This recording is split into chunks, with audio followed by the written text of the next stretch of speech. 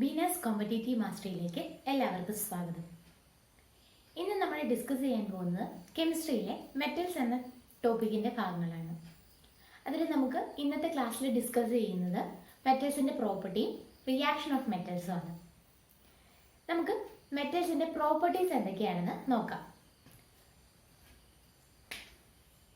ഒന്നാമത്തെ മെറ്റലിൻ്റെ പ്രോപ്പർട്ടിയാണ് മാലിബിലിറ്റി.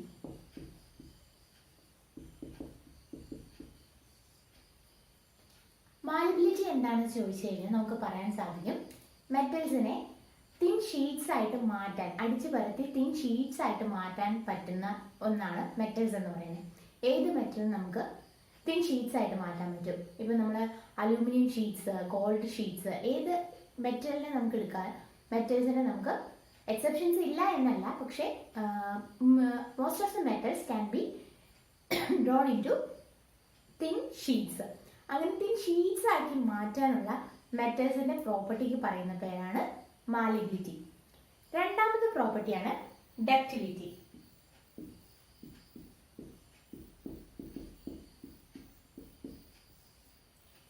നമുക്കറിയാം, മെറ്റൽസിനെ ഷീറ്റ്സ് ആക്കി മാറ്റുക മാത്രമല്ല ചെറിയ വയേഴ്സ് ആയിട്ട് മാറ്റാനും സാധിക്കും.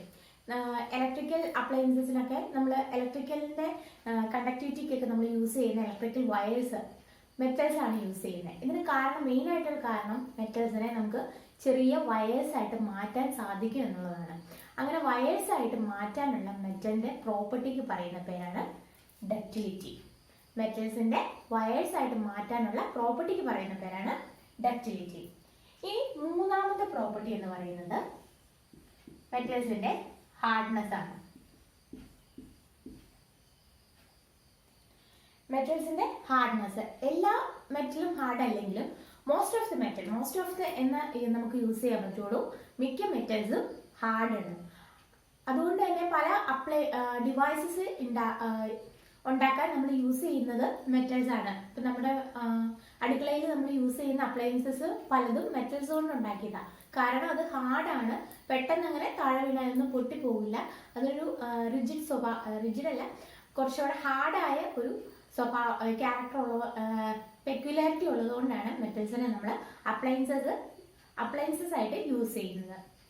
പിന്നെ നാലാമത്തെ പ്രോപ്പർട്ടി എന്ന് പറയുന്നത് അതിൻ്റെ മെറ്റാലിക് ലസ്റ്റർ ആണ്. മെറ്റാലിക് ലസ്റ്റർ എന്ന് പറഞ്ഞാൽ നമുക്കറിയാം, ഒരു മെറ്റലിനെ പുതിയതായിട്ട് നമ്മൾ കട്ട് ചെയ്യുവാണെങ്കിൽ അതിന് ഒരു ഷൈനിങ് അപ്പിയറൻസ് ഉണ്ടാവും. ഏതൊരു മെറ്റലും നമ്മൾ കട്ട് ചെയ്ത് കഴിയുമ്പോൾ അതിൻ്റെ സർഫസ് നോക്കിയാൽ നമുക്കറിയാം അതിനൊരു ഷൈനി അപ്പിയറൻസ് ഉണ്ട്.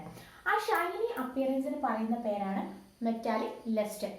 അങ്ങനെ ഷൈനി അപ്പിയറൻസ് കാണിക്കാൻ മെറ്റൽസിന് കഴിയും. ആ പ്രോപ്പർട്ടിക്ക് പറയുന്നതാണ് മെറ്റാലിക് ലസ്റ്റർ.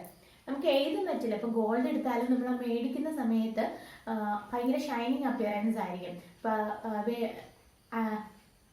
സിൽവർ എടുത്താലും അങ്ങനെ തന്നെ, ഒരു അലൂമിനിയം, പുതിയ ഏത് മെറ്റൽ എടുത്താലും, സോഡിയം തന്നെ ഒന്ന് കട്ട് ചെയ്ത് നോക്കിയാൽ നമുക്കറിയാം അതിൻ്റെ ഒരു സൈഡ് ഭയങ്കര ഷൈനി അപ്പിയറൻസ് ആയിരിക്കും. കുറച്ചു നേരം പക്ഷേ എയറിൽ വെച്ച് കഴിയുമ്പോഴാണ് അതിൻ്റെ കളർ മാറുന്നത്. ആ ഷൈനി അപ്പിയറൻസ് ഉള്ള മെറ്റൽസ്, ആ ഷൈനി അപ്പിയറൻസ് എന്ന് പറയുന്ന പ്രോപ്പർട്ടിക്ക് പറയുന്ന പേരാണ് മെറ്റാലിക് ലസ്റ്റർ. ഇനി അഞ്ചാമത്തെ പ്രോപ്പർട്ടി എന്ന് പറയുന്നത് ഇതിൻ്റെ തെർമൽ കണ്ടക്ടിവിറ്റി ആണ്. തെർമൽ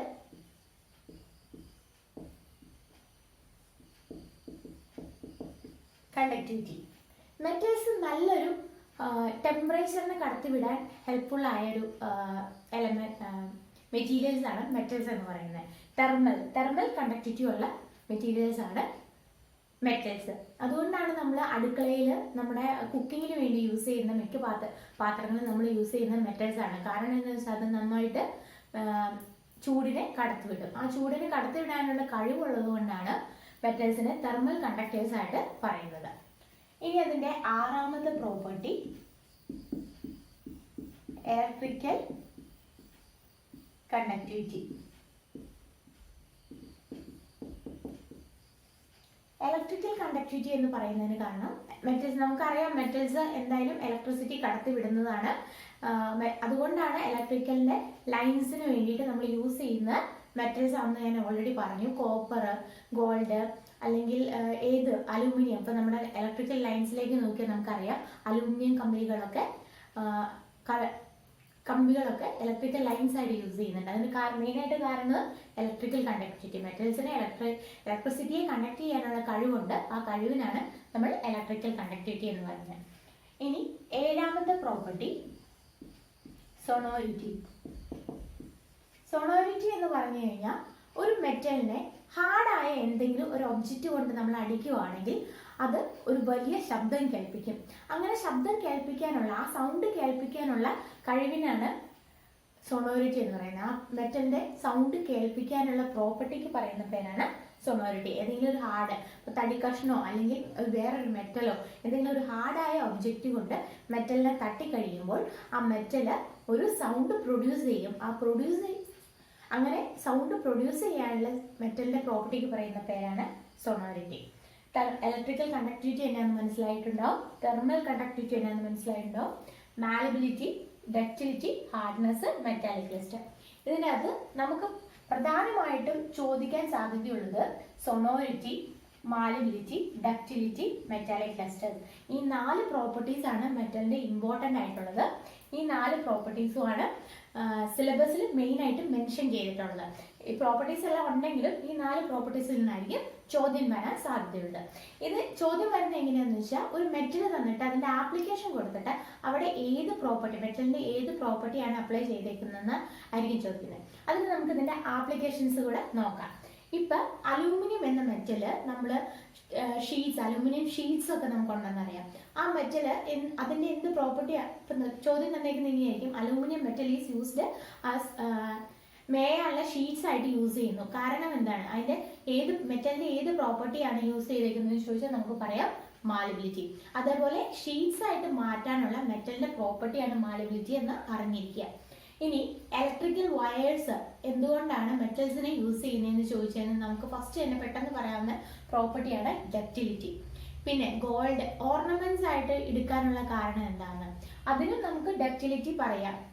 മെറ്റാലിക് ലസ്റ്റർ തന്നിട്ടില്ലെങ്കിൽ ഉറപ്പായിട്ട് നമുക്ക് ഡക്റ്റിലിറ്റി പറയാം. കാരണം ഡക്റ്റിലിറ്റി എന്ന് പറയുന്നത് മെറ്റലിനെ ചെറിയ ചെറിയ തിൻ വയേഴ്സ് ആയിട്ട് മാറ്റാനുള്ള കഴിവിന് പറയുന്ന പേരാണ് ഡക്റ്റിലിറ്റി.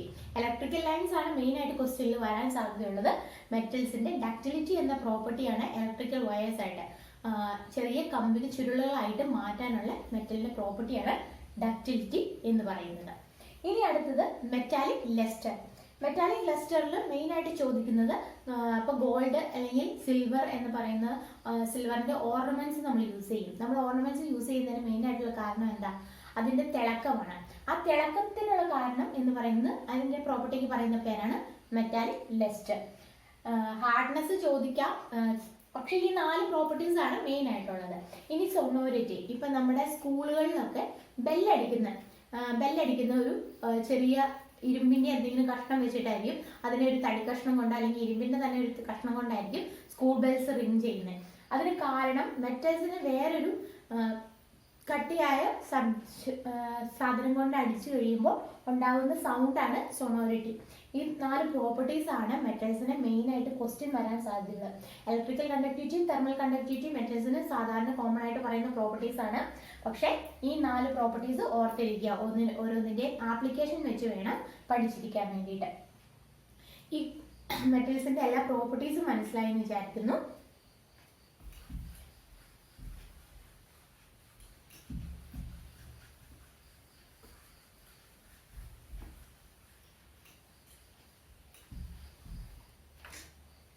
അടുത്തതായിട്ട് നമുക്ക് പഠിക്കാനുള്ളത് മെറ്റൽസിന്റെ റിയാക്ഷൻ ആണ്.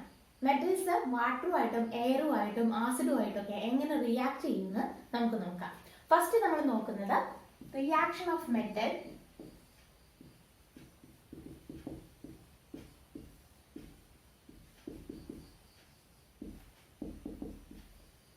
With air. Reaction of metal with air. ഇവിടെ നമുക്ക് കാര്യമായിട്ട് റിയാക്ഷൻസ് ഒന്നും പഠിക്കാനില്ല. നമുക്ക് അറിയേണ്ട കുറച്ച് കാര്യം ഒരു വേർഡാണ് ടാർണിഷ് ചെയ്യുന്നത്. മെറ്റൽസ് എയറിലെ കമ്പോണൻസുമായിട്ട് റിയാക്ട് ചെയ്ത് അതിന്റെ കളറിലോ അല്ലെങ്കിൽ അത് പതുക്കെ പതുക്കെ നശിച്ചുകൊണ്ടിരിക്കും. അങ്ങനെ പറയുന്ന പേരാണ് ടാർണിഷ് എന്ന്. ഒരു മെറ്റല് എയറിലെ കമ്പോണൻസുമായിട്ട് റിയാക്ട് ചെയ്ത് അത് പതുക്കെ അതിന്റെ കളർ മങ്ങിയോ അത് ഫെയ്ഡ് ആയി പോവുകയോ ഒക്കെ ചെയ്യുന്നതിന് പറയുന്ന പേരാണ് ടാർണിഷ്. മെറ്റല് ടാർണിഷ് ചെയ്യാന്ന് പറഞ്ഞാൽ വേറെ ഒന്നുമില്ല, അത് എയറുമായിട്ടൊക്കെ കമ്പൈൻ ചെയ്ത് എന്തെങ്കിലും കോമ്പൗണ്ട്സ് ഫോം ചെയ്യുകയൊക്കെ ചെയ്യുന്നതിന് പറയുന്ന പേരാണ് ടാർണിഷ്. ഇപ്പൊ നമുക്കറിയാം, പുതിയൊരു വെള്ളിക്കൊലുസ് മേടിച്ചു കഴിഞ്ഞാൽ അത് കുറെ നാളത്തേക്ക് നല്ല കളർ ഉണ്ടാവും, പിന്നീട് അതിന്റെ നിറം മങ്ങി വരുന്നതായിട്ട് കാണാം. അതിന് കാരണം ഇതാണ്, മെറ്റല് സിൽവർ എയറുമായിട്ട് റിയാക്ട് ചെയ്ത് ചെറിയ ഓക്സൈഡ്സോ എന്തെങ്കിലുമൊക്കെ ഫോം ചെയ്യുന്നതുകൊണ്ടാണ് ഒരു ചെറിയ അതിന്റെ കളർ മങ്ങുന്നതായിട്ട് കാണാം. അങ്ങനെ മങ്ങുന്നതിന് പറയുന്ന പേരാണ് ടാർണിഷ്. എയറിലെ കോമ്പോണൻസ് എന്ന് പറയുമ്പോൾ വാട്ടർ ആവാം, അല്ലെങ്കിൽ എന്തെങ്കിലും സോൾട്ടി മെറ്റീരിയൽസ് ആവാം, അങ്ങനെ എന്തെങ്കിലുമൊക്കെ ആയിട്ട് കെമിക്കൽ കോമ്പൗണ്ട്സുമായിട്ട് റിയാക്ട് ചെയ്യുന്നതാണ് മെറ്റൽസ് ടാർണിഷ് ചെയ്യാനുള്ള കാരണം.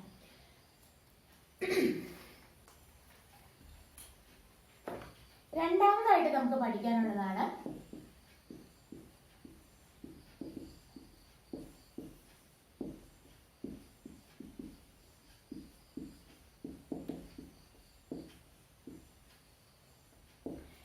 Reaction of metals with water.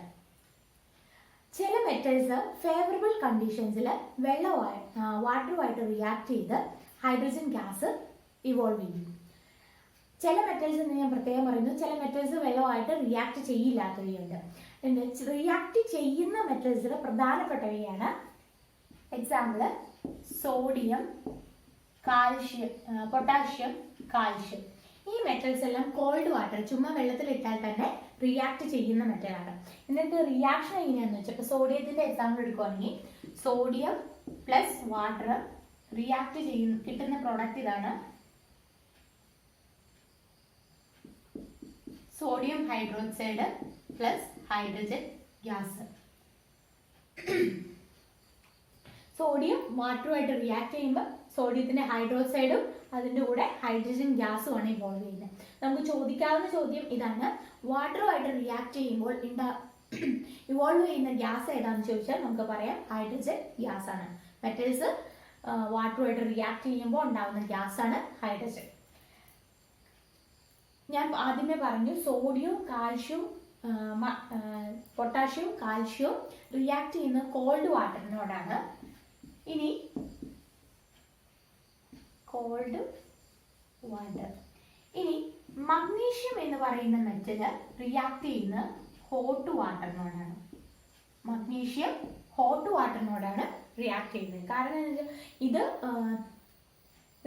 Called വാട്ടറിനോട് react ചെയ്യും, പക്ഷെ അതിന്റെ റേറ്റ് ഭയങ്കര സ്ലോ ആയിരിക്കും. പക്ഷെ ചൂടുവെള്ളമാണെങ്കിൽ അത് പെട്ടെന്ന് വിഗറസ് ആയിട്ട് റിയാക്ട് ചെയ്യുന്നത് നമുക്ക് കാണാം. ഇപ്പൊ സോഡിയം ചുമ്മാ വെള്ളത്തിലിട്ട് കഴിഞ്ഞാൽ, ചുമ്മാ സാധാ തണുത്ത വെള്ളത്തിലിട്ടാൽ പോലും ഭയങ്കര വിഗറസ് ആയിട്ട് റിയാക്ട് ചെയ്യുന്നത് നമുക്ക് കാണാം. അതുപോലെ തന്നെ കാൽഷ്യം ചുമ്മാ കോൾഡ് വാട്ടറിനോടും റിയാക്ട് ചെയ്യും. പക്ഷേ മഗ്നീഷ്യം എന്ന് പറയുന്നത് കോൾഡ് വാട്ടറിൽ ഇട്ടാൽ അതിന്റെ റിയാക്ഷൻ റേറ്റ് വളരെ കുറവാണ്, പക്ഷെ ഹോട്ട് വാട്ടറിൽ ഇട്ടാൽ അത് വളരെ വിഗറസ് ആയിട്ട് റിയാക്ട് ചെയ്യും.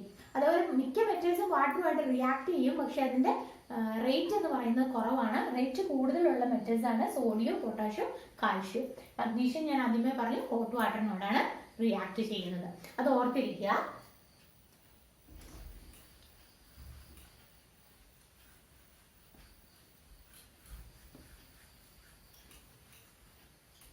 ഇനി മൂന്നാമത്തെ ടൈപ്പ് റിയാക്ഷൻ ആണ് reaction of metals with acid. ആസിഡുമായിട്ട് മെറ്റൽസിന്റെ റിയാക്ഷൻ എങ്ങനെയാണ്? ഏതെങ്കിലും ഒരു ആസിഡുമായിട്ട് മെറ്റൽസ് റിയാക്ട് ചെയ്യുവാണെങ്കിൽ ഉണ്ടാകുന്ന പ്രൊഡക്ട്സ് എന്തൊക്കെയാണെന്ന് ചോദിച്ചു കഴിഞ്ഞാൽ നമുക്ക് പറയാൻ സാധിക്കും metal salt plus hydrogen gas ആണെന്ന്.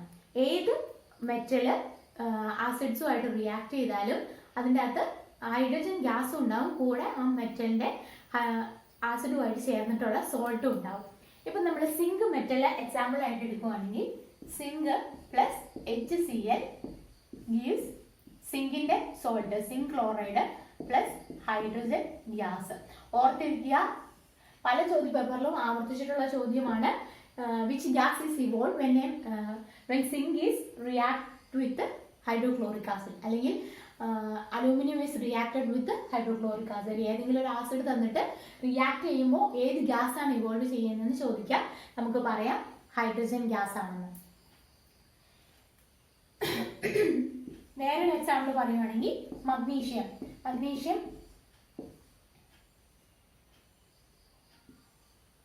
നമുക്ക് പറയാൻ സാധിക്കും മഗ്നീഷ്യം ക്ലോറൈഡ് പ്ലസ് ഹൈഡ്രജൻ. അവിടെ ഇവോൾവ് ചെയ്യുന്ന ഗ്യാസ് ഹൈഡ്രജൻ ആണ്. ഉണ്ടാവുന്നത് ഈ മെറ്റലിന്റെ കൂടെയുള്ള സോൾട്ട്, മെറ്റലിന്റെ സോൾട്ട് ആണ് ഇവിടെ ഫോം ചെയ്യുന്നത്. അടുത്ത വേറൊരു മെറ്റല് അലൂമിനിയം റിയാക്ട് ചെയ്യുന്നത് എങ്ങനെയാന്ന് നോക്കാം.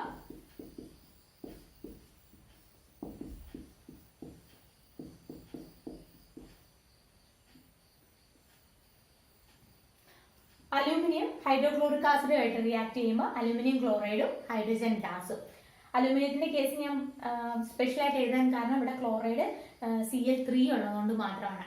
അപ്പൊ ഞാൻ ആദ്യമേ പറഞ്ഞു മെറ്റല് ഒരു ആസിഡുമായിട്ട് റിയാക്ട് ചെയ്യുമ്പോൾ മെറ്റലിന്റെ സോൾട്ടും ഹൈഡ്രജൻ ഗ്യാസ്. ഇമ്പോർട്ടന്റ് ആണ് ഹൈഡ്രജൻ ഗ്യാസ് ഇവോൾവ് ചെയ്യുന്നുള്ള പോർഷൻ.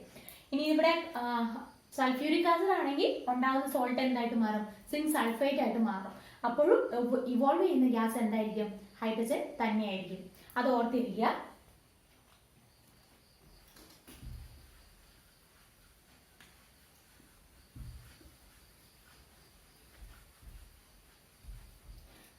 മെറ്റൽസിന്റെ മൂന്ന് കാര്യങ്ങളാണ് നമ്മൾ പറഞ്ഞത്. മെറ്റൽസ് എയറുമായിട്ട് റിയാക്ട് ചെയ്യുമ്പോൾ അത് ടാർണിഷ് ആവുന്നു, അതായത് നിറം മങ്ങുകയും ചെയ്യുന്നു. മെറ്റൽസ് വാട്ടറുമായിട്ട് റിയാക്ട് ചെയ്യുമ്പോൾ അതിന്റെ ഹൈഡ്രോക്സൈഡും ഹൈഡ്രജൻ ഗ്യാസും ആണ് ഇൻവോൾവ് ചെയ്യുന്നത്. ആസിഡുമായിട്ട് റിയാക്ട് ചെയ്യുന്നത് ഉണ്ടാവുന്നത് മെറ്റൽ സോൾട്ടും ഹൈഡ്രജൻ ഗ്യാസും ആണ്.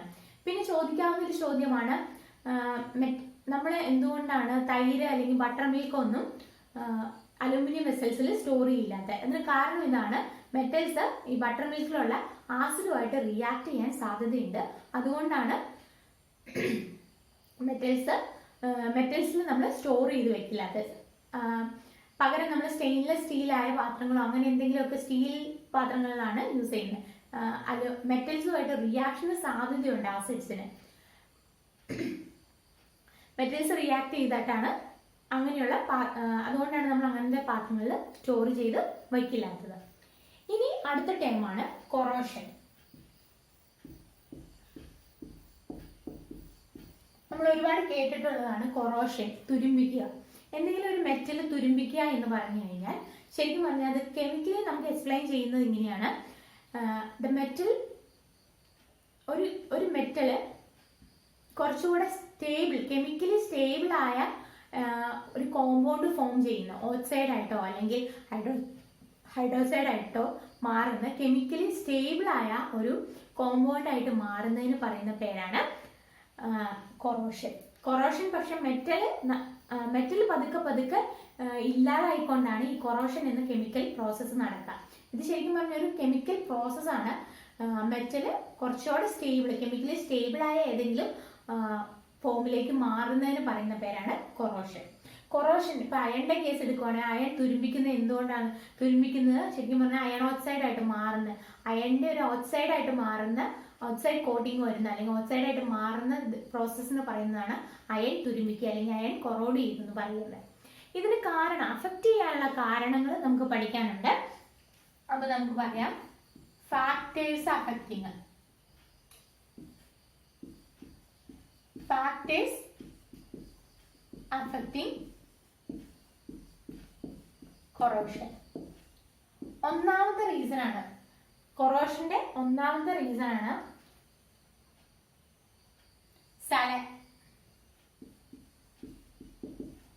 Moisture content. നമുക്കറിയാം ഏതെങ്കിലും ഒരു മെറ്റല് അയണിന്റെ കേസ് തന്നെ എടുക്കുകയാണെങ്കിൽ അയൺ വെള്ളമായിട്ട് നേരിട്ട് കോണ്ടാക്റ്റിലുണ്ടെങ്കിൽ അത് പെട്ടെന്ന് തുരുമ്പെടുക്കാനുള്ള സാധ്യതയുണ്ട്. അതുകൊണ്ട് നമ്മൾ വെള്ളം കൊള്ളാത്ത ഇടങ്ങളിലാണ് ഇരുമ്പ് സൂക്ഷിക്കുക. ഇരുമ്പ് പുറത്ത് എവിടെയെങ്കിലും വെള്ളത്തിന്റെ കണ്ടന്റ് കൂടുതലുണ്ടെങ്കിൽ എപ്പോഴും അയൺ തുരുമ്പിക്കാനുള്ള സാധ്യത കൂടുതലാണ്. ഇനി രണ്ടാമത്തെ അതിന്റെ ഒരു പ്രത്യേകതയാണ് സലൈനിറ്റി. സലൈനിറ്റി എന്ന് പറയുന്നത് ഇപ്പൊ കടൽക്കരയിൽ വെക്കുന്ന അയണ്ണാണോ നമ്മുടെ നാട്ടിൽ ചുമ്മാ വെക്കുന്ന അയണ്ണാണോ കൂടുതൽ കൊറോഷന് സാധ്യത കൂടുതൽ എന്ന് പറഞ്ഞാൽ നമ്മൾ പറയും അത് കടൽക്കരയിലെ സലൈൻ ഉപ്പിന്റെ രസമുള്ള കാറ്റുകൊണ്ട് പെട്ടെന്ന് കൊറോഷന് സാധ്യതയുണ്ട്. അതുകൊണ്ടാണ് നമ്മൾ ഫാക്ടേഴ്സ് ആയിട്ട് നമ്മൾ രണ്ടാമത്തെ കേസ് പറഞ്ഞ സലൈനിറ്റി. ഉപ്പിന്റെ രസം ഉണ്ടെങ്കിൽ സ്വാഭാവികമായിട്ടും കൊറോഷന് സാധ്യത കൂട്ടുന്നു. ഇപ്പൊ ഫാക്ടേഴ്സ് അഫക്റ്റിംഗിൽ ഒന്നാമത്തെ മോയ്സ്ചർ കണ്ടന്റ്, രണ്ടാമത്തെ സലൈനിറ്റി. ഇനി മൂന്നാമത്തെ നമുക്ക് പറയാൻ സാധിക്കുന്ന ഒരു ഇതാണ് ഹ്യൂമിഡിറ്റി. അതത്ര ഇമ്പോർട്ടന്റ് അല്ല, പക്ഷെ സ്റ്റിൽ ഈ രണ്ട് കണ്ടന്റ്സും ഓർത്തിരിക്കുക. കൊറോഷനെ അഫക്റ്റ് ചെയ്യുന്ന രണ്ട് കാര്യങ്ങൾ മോയ്സ്ചർ കണ്ടന്റും സലൈനിറ്റി, എയറിലുള്ള സലൈനിറ്റി കേട്ടോ.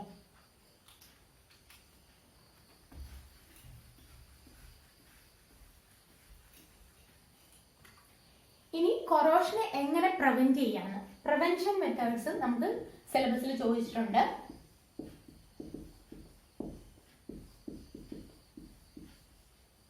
കൊറോഷനെ പ്രിവെന്റ് ചെയ്യാനായിട്ട് നമുക്ക് ഏതൊക്കെ മെത്തേഡ്സ് യൂസ് ചെയ്യാന്ന്. ഒന്നാമത്തെ മെത്തേഡായിട്ട് നമുക്ക് പറയാൻ സാധിക്കും ആന്റി കൊറോഷൻ മെത്തേഡ്സ് യൂസ് ചെയ്യാന്ന്. ഇപ്പൊ ഞാൻ പറയാം, അയണുമായിട്ട് അയൺ പെട്ടെന്ന് കൊറോഷന് സാധ്യതയുള്ള ഒരു മെറ്റലാണെന്ന് പറഞ്ഞു. അതിന് പകരം അലൂമിനിയോ അല്ലെങ്കിൽ സ്റ്റെയിൻലെസ് സ്റ്റീലൊക്കെ യൂസ് ചെയ്യുവാണെങ്കിൽ നമുക്ക് കൊറോഷന്റെ റേറ്റ് കുറയ്ക്കാൻ സാധിക്കും. അങ്ങനെ ഒന്നാമത്തെ മെത്തേഡ് നമുക്ക് പറയാം ആന്റി കൊറോഷൻ മെത്തേഡ്സ് യൂസ് ചെയ്യാണ്. ഇനി രണ്ടാമത്തെ മെത്തേഡ് ഇതാണ്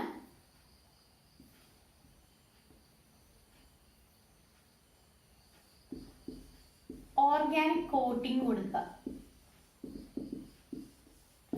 അതായത് പെയിന്റിങ് നടത്തുന്നത്. ഏതെങ്കിലും ഒരു ഓർഗാനിക് കോട്ടിംഗ് കൊടുത്തു കഴിഞ്ഞാൽ കൊറോഷന്റെ റേറ്റ് നമുക്ക് കുറയ്ക്കാൻ സാധിക്കും. പെയിന്റിങ് നടത്തിയാൽ മതി. നമ്മുടെ വീടുകളിൽ ജനാല വെക്കുമ്പോൾ നമുക്കറിയാം അതെല്ലാം പെയിന്റ് ചെയ്തിട്ടാണ് വെക്കുന്നത്. ചുമ്മാ കമ്പി മാത്രമല്ല, അതിന് പെയിന്റ് ചെയ്യുന്നുണ്ട്. പെയിന്റ് ചെയ്യുന്നതിന് മെയിൻ ആയിട്ടുള്ള കാരണം ആ മെറ്റലിന്റെ കൊറോഷൻ തടയാൻ വേണ്ടിയിട്ടാണ്. ഇനി മൂന്നാമതായിട്ട് നമുക്ക് പറയാം അപ്ലൈയിങ് ഓയിൽ ഓർ ഗ്രീസ്. ഏതെങ്കിലും ഒരു മെറ്റല് കൊറോഡ് ചെയ്യുക അല്ലെങ്കിൽ തുരുമ്പിച്ചു കഴിഞ്ഞാൽ നമ്മൾ സാധാരണ രീതിയിൽ എന്തെങ്കിലും എണ്ണ ഒഴിച്ചു കൊടുക്കുക അല്ലെങ്കിൽ ഗ്രീസ് ഇട്ട് കൊടുക്കുകയോ ചെയ്യും. കാരണം എന്ന് വെച്ചാൽ അതിന്റെ റേറ്റ്, കൊറോഷന്റെ റേറ്റ് കുറയ്ക്കാൻ ഹെൽപ്ഫുൾ ആവുന്ന ഒന്നാണ് ഓയിൽ, ഗ്രീസ്. അപ്പം 3 മെത്തേഡ്സ് ആണ് നമുക്ക് പഠിക്കാനുള്ളത്. ഒന്ന് ആന്റി കൊറോഷൻ മെറ്റൽസ് യൂസ് ചെയ്യുക, അല്ലെങ്കിൽ ഓർഗാനിക് കോട്ടിംഗ് കൊടുക്കുക. ഓർഗാനിക് കോട്ടിംഗ് പെയിന്റിംഗ് ആണ് മെയിൻ ആയിട്ട് ചോദിക്കാൻ സാധ്യതയുള്ളൊരു ഏരിയ. മൂന്നാമത് ഓയിലോ ഗ്രീസോ അപ്ലൈ ചെയ്യാം. അപ്പം നമ്മൾ ഇന്ന് ഡിസ്കസ് ചെയ്തത് മെറ്റൽസിന്റെ പ്രോപ്പർട്ടീസ് ആണ്. പ്രോപ്പർട്ടീസ് പറഞ്ഞു malleability, ductility, metallic lustre, hardness, thermal conductivity, electrical conductivity, sonority. അതിനകത്ത് 4 ഇമ്പോർട്ടൻ്റ് ആയ പ്രോപ്പർട്ടീസ് ഓർത്തിരിക്കുക. പിന്നെ മെറ്റൽസിന്റെ റിയാക്ഷനെ പറ്റി പറഞ്ഞു. ലാസ്റ്റ് പറഞ്ഞത് കൊറോഷനെ പറ്റിയാണ്. കൊറോഷൻ എന്താണെന്ന് പറഞ്ഞു. കൊറോഷന്റെ പ്രിവെന്റീവ് മെത്തേഡ്സും ഫാക്ടേഴ്സ് അഫക്റ്റിങ്ങും പറഞ്ഞു. എല്ലാവരും നന്നായിട്ട് പഠിക്കുമെന്ന് വിചാരിക്കുന്നു. Thank you.